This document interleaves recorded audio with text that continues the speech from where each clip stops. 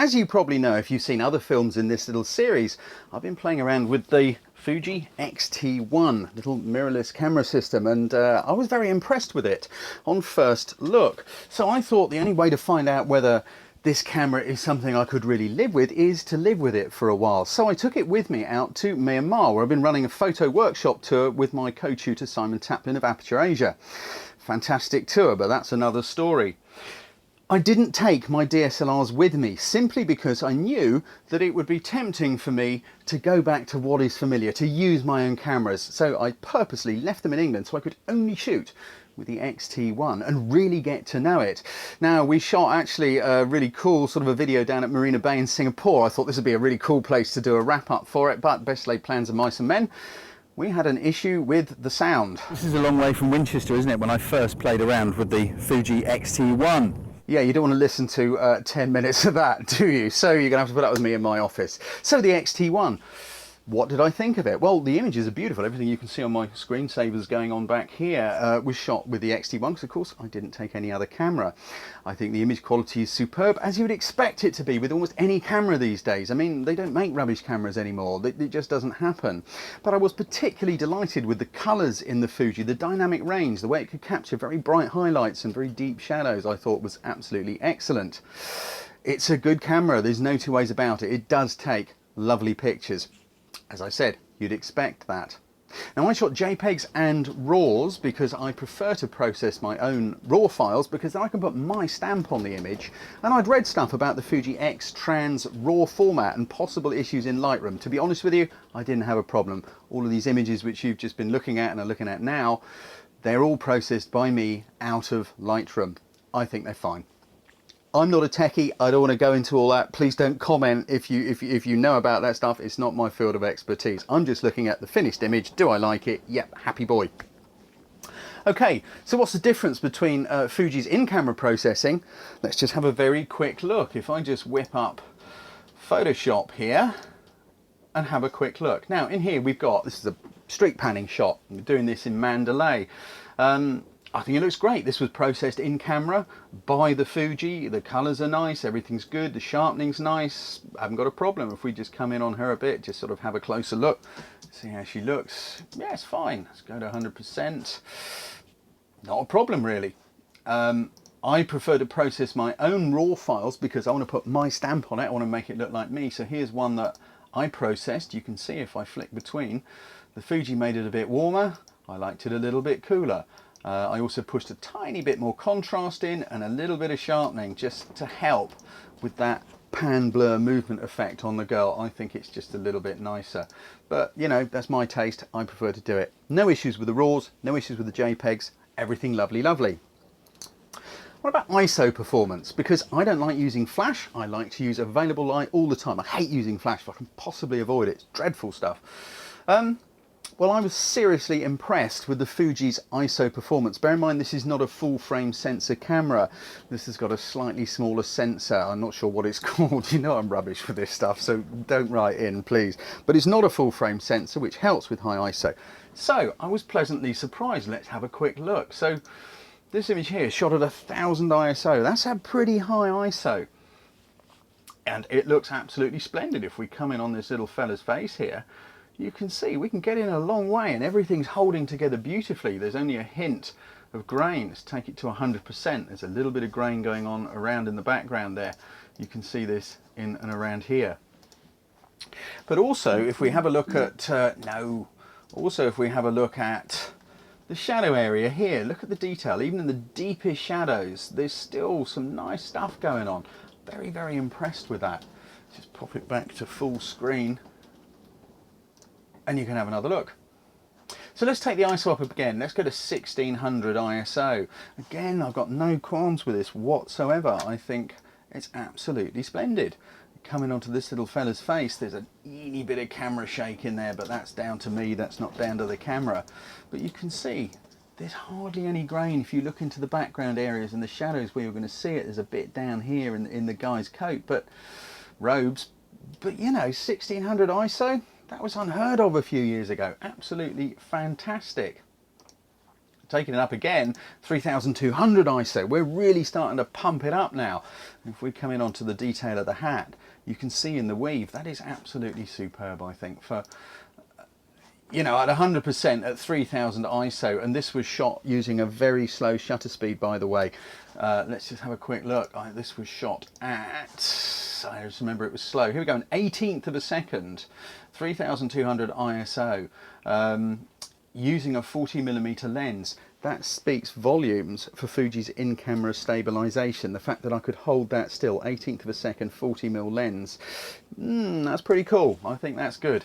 Okay, I was breathing and holding properly, but I still think the in-camera stabilization was very good in that case. But as you can see, totally acceptable grain at very, very high ISOs. Can't complain at that for a moment. So the images are great, the image quality is lovely, no issues there. I think the raw files are fantastic. The handling of the camera, well, you already know what I think about that if you watch the other parts of this film. I think it's a great little camera, it fits in the hand nicely, it's lightweight, it weighs a fraction of my DSLRs and a couple of pro lenses. I like the layout of the controls, we know all that, and I particularly love these little flip out monitors here. The shot of the Buddha, where is he? The guy praying to Buddha here. I couldn't have got that without this flip out monitor, because to take the shot I've got the camera wedged onto the floor. I'm lying prone on the floor and I've got my knuckles underneath the front here like this to wedge the camera in position, and I'm looking into this LCD. With the camera at that angle lying on the floor, it'd be very difficult to get my eye into the viewfinder without breaking my neck. I love these. Please, camera manufacturers, put them on all cameras. Stop limiting them to what you consider to be amateur or prosumer. So yes, there's lots of good stuff going on, but is everything all happiness and roses in the camp? Well, there's always a cost and there's a payoff. Well, we've talked about some payoffs. Things I don't like. On the back here we've got our four-way selector switch, which is used for selecting autofocus points and moving between different modes and controls within the camera. And they are almost recessed flat. I find that difficult. I have to poke them with my fingernail in order to use them. And if I'm shooting in a busy environment like a marketplace, there's stuff going on, I want to be shooting quick, I do not want my eye away from that viewfinder, and in bright conditions I don't want to be looking at the LCD because it's very, very hard to see what's going on in those circumstances. A rocker switch would, in my opinion, be much nicer, so I can put my thumb in it and I know that up, down will activate the, you know, single point autofocus, and then I can move my autofocus point around, whatever it may be. That I found annoying and really rather difficult to deal with. The autofocus is a little slow. If you've lived with a DSLR, you're used to it being really, really fast. I found the autofocus a little bit slow, and I did use the F word on 1 or 2 occasions because I found I couldn't grab the focus quick enough, or I'd take a shot and then find, nah, it was just too slow, they moved, it's out of focus. But you can live with this. I found by thinking your shot through, by pre-thinking what's happening, they're coming towards me, get ready, focus on that pole, pre-focus, and use that kind of technique, it was absolutely fine. And for most scenes, for scenery, for things where it's not moving fast, it was more than adequate, it was okay. But for fast moving action, the autofocus I found irritating. At one point I was in the market with one of our students, Marie, and borrowed her DSLR to shoot a couple of things, and it was like a breath of fresh air that I could just focus, shoot, done. The other thing which I found difficult to deal with was the electronic viewfinder, the LCD up to my eye. Because it changes with the exposure setting, that's kind of useful, but in a bright sort of environment and my pupil of my eyes got smaller, I put this to my eye and it makes everything I'm looking at through that viewfinder very, very contrasty, and I found that worrying. I found that hard to deal with because was I getting shadow detail? Was I not getting shadow detail? I know you don't have that facility with the DSLR when you're looking straight through, you know, optically live action off a mirror up the lens. But nonetheless, I found it slightly disquieting. Now I'm guessing that's something which people could learn to live with. On the plus side, you can display a histogram in the eyepiece, which I found brilliantly useful, and I trusted to the histogram. I used the eyepiece for composition and I used the histogram to make sure my exposure range was what I wanted it to be, because I process RAWs in camera. So there were some niggles, there were some things that were annoying. One other thing I've just remembered is the aperture ring. So I like the fact you control the aperture with this little, ring here on the top. But I don't like the fact I haven't got what my apertures are marked on the ring. It's an electronic ring. It goes round and round and round and round and round. It's really a switch. It's not a true aperture ring, and it would be great if I knew, because then running through the market, I want to take a shot. I'm thinking, okay, I want more depth of field here. I want about f11. I can just quickly f11, shoot it. Job done, as opposed to looking through here, twiddle, twiddle, twiddle. Where's f11? Oh yeah, it's on the back there, down there. I found that a little bit annoying. If it was possible to have apertures marked on the aperture ring, I would love it. So yeah, I've got a couple of beans, a couple of gripes about this little camera, but I've also got things I like about it. So would I buy one? Absolutely, no question about it. I am very impressed with this camera. So despite its gripes, it's a question of costs and payoff. Is the cost of having a slightly fiddly 4-directional switch on the back and not having apertures marked on the top, is that worth me, not buying this camera? No, it isn't.